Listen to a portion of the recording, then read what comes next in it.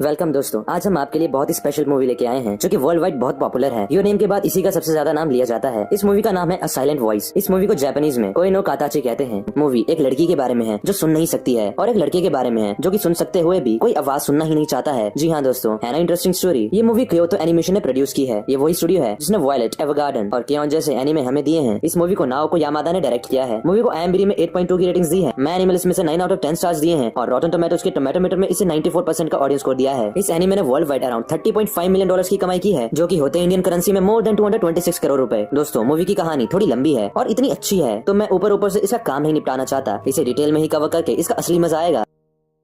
Movie का first scene start होता है एक लड़के से जो कि रोज कैलेंडर पर कुछ डेट्स को क्रॉस कर रहा होता है और उस दिन डिसाइड किए गए काम को पूरा कर रहा होता है। सबसे पहले वो अपनी जॉब को क्विट कर देता है। उसके बाद अपने कुछ सामान को पैसों के बदले में बेच देता है। अगले दिन वो अपने बैंक अकाउंट के सारे पैसे निकाल लेता है। फिर वो सारे पैसे को एक एनवेलप में रख के एक औरत के पास रख देता है जो कि सो रही होती है। इस एनवेलप पे लिखा होता है, आपके पैसे वापस कर रहा हूँ। फिर वो लड़का एक ब्रिज के पास आता है और पानी की तरफ देखते हुए इमेजिन करता है कि वो ब्रिज से कूद रहा है, लेकिन तभी उसकी इमेजिनेशन कुछ पटाखों की आवाज से टूट जाती है। तो ये था इस मूवी का ओपनिंग सीन। इसके बाद सीन शिफ्ट होता है और हमें तब का सीन दिखाया जाता है जब वो लड़का थोड़ा छोटा था और स्कूल में एक क्लास में बैठा हुआ था। वो लड़का अपनी लेड पेंसिल की लेड बाहर निकाल रहा होता है और फिर बोर होने की वजह से उसे नींद आ रही होती है कि तभी क्लास का डोर ओपन होता है और उनके टीचर वहाँ पे एंटर करते हैं। उनके टीचर उन्हें बताते हैं कि उनकी क्लास में एक नया स्टूडेंट आया है। वो लड़का टीचर की तरफ देख रहा होता है। तभी उसके बगल में बैठी एक लड़की उसे छेड़ती है और उस लड़के को इशिदा कह के बुलाती है और कहती है कि इशिदा लकी है क्योंकि नया स्टूडेंट एक लड़की है। इशिदा थोड़ा चिढ़ के कहता है कि उसे इस बात से बिल्कुल भी फर्क नहीं पड़ता। इसके बाद नई स्टूडेंट अंदर आती है और सबको देखती है। इशिदा भी उसे ध्यान से देखता है। टीचर उस नई स्टूडेंट से अपना इंट्रोडक्शन देने को कहते हैं। इशिदा फिर से पेंसिल की लेड से खेलने लगता है, लेकिन फिर नई स्टूडेंट की तरफ देखता है कि उसने तो अभी तक अपना इंट्रोडक्शन दिया ही नहीं। तभी टीचर नई स्टूडेंट के कंधे पे हाथ रखते हैं और नई स्टूडेंट अपना बैग खोलने लगती है। बैग में से वो स्टूडेंट अपनी एक नोटबुक निकालती है जिसमें लिखा होता है फॉर कन्वर्सेशंस। नोटबुक देखने के बाद इशिदा थोड़ा ध्यान से नई स्टूडेंट को देखता है। वो नई स्टूडेंट नोटबुक को अपने हाथों में होल्ड करती है और एक एक करके पेज पलटने लगती है जिसपे कुछ लिखा होता है। पहले पेज पे उसका नाम लिखा होता है जो कि शोको निशिमिया है और उसे सबसे मिलकर अच्छा लगा। नेक्स्ट पेज पे लिखा होता है कि इस नोटबुक से निशिमिया सबकी अच्छी दोस्त बनना चाहती है। उसे नेक्स्ट पेज पे लिखा होता है कि अगर किसी को निशिमिया से बात करनी हो तो वो इस नोटबुक के थ्रू कर सकता है। उसे नेक्स्ट पेज पे लिखा होता है कि निशिमिया डेफ है, यानी कि वो सुन नहीं सकती। लास्ट पेज देख के इशिदा और पूरी क्लास थोड़े हैरान हो जाते हैं। आगे बढ़ने से पहले मैं आपको बता दूं कि जिस लड़की ने इशिदा को चढ़ाया था उसका नाम नाओको उइनो है और सब उसे नाओ या यूइनो कह के बुलाते हैं। और इस सुनहरे वाले लड़के का नाम शिमादा है, इस मोटे लड़के का नाम हिरोजे है और ये चश्मे वाली लड़की का नाम मिकी है और ये सब इशिदा के दोस्त हैं। इसके बाद लंच ब्रेक होता है और कुछ लड़कियां निशिमिया से उसकी नोटबुक के जरिए बात करने की कोशिश करती है। मिकी नोटबुक पे लिखती है कि उसका नाम मिकी कवाई है और उसे निशिमिया से मिलकर अच्छा लगा। नाओ निशिमिया से पूछती है कि क्या निशिमिया जापानीज बोल पाती है। मिकी से हंसते हुए कहती है कि नाओ को ऐसी बात नहीं करनी चाहिए। मिकी निशिमिया से पूछती है कि क्या उसका कोई निकनेम है। निशिमिया लिखती है कि उसका निकनेम शो है। मिकी जिस पर नाओ बताती है कि इशिदा का निकनेम भी शो है। इशिदा ये सुनता है लेकिन उन पर ज्यादा ध्यान नहीं देता। इसके बाद सीन चेंज होता है और हम देखते हैं कि उनके टीचर पढ़ा रहे होते हैं और सबको कुछ क्वेश्चंस नोट करने के लिए कहते हैं। निशिमिया समझ नहीं पाती है और सबकी तरफ देख रही होती है। तभी पीछे बैठी नाओ उसकी नोटबुक मांग के उसमें कुछ लिख के देती है। इसके बाद फिर से सीन शिफ्ट होता है और पूरी क्लास म्यूजिक प्रैक्टिस कर रही होती है। निशिमिया सबको देख के थोड़ा जल्दी गाना शुरू कर देती है। मिकी उसको रोकती है और समझाती है कि जब मिकी इशारा करे वो तभी गाए। पीछे नाओ कहती है कि इस बार उनका ग्रुप निशिमिया की वजह से सिंगिंग कंपटीशन नहीं जीत पाएगा। इशिदा ये सब देख रहा होता है। इशिदा हिरोसे को छेड़ रहा होता है कि तभी देखता है कि नाओ मिकी से अपने नोट्स लिखने को कहती है क्योंकि वो आधे टाइम निशिमिया की वजह से ही डिस्ट्रैक्ट हो गई थी। इसके बाद सीन चेंज होता है और टीचर सबसे रीडिंग करवा रहे होते हैं। नाओ रीड कर रही होती है कि तभी उसको टीचर डांट के बिठा देते हैं क्योंकि वो अच्छी तरह से रीड नहीं कर रही होती। फिर टीचर निशिमिया से रीडिंग करने को बोलते हैं। निशिमिया तो अपने शब्दों को खुद सुन नहीं सकती थी, इसलिए वो कभी ये भी नहीं जान पाई कि वो शब्द कैसे बोलती है। इसी वजह से उसकी रीडिंग 1 साल के बच्चे जैसी अजीब होती है।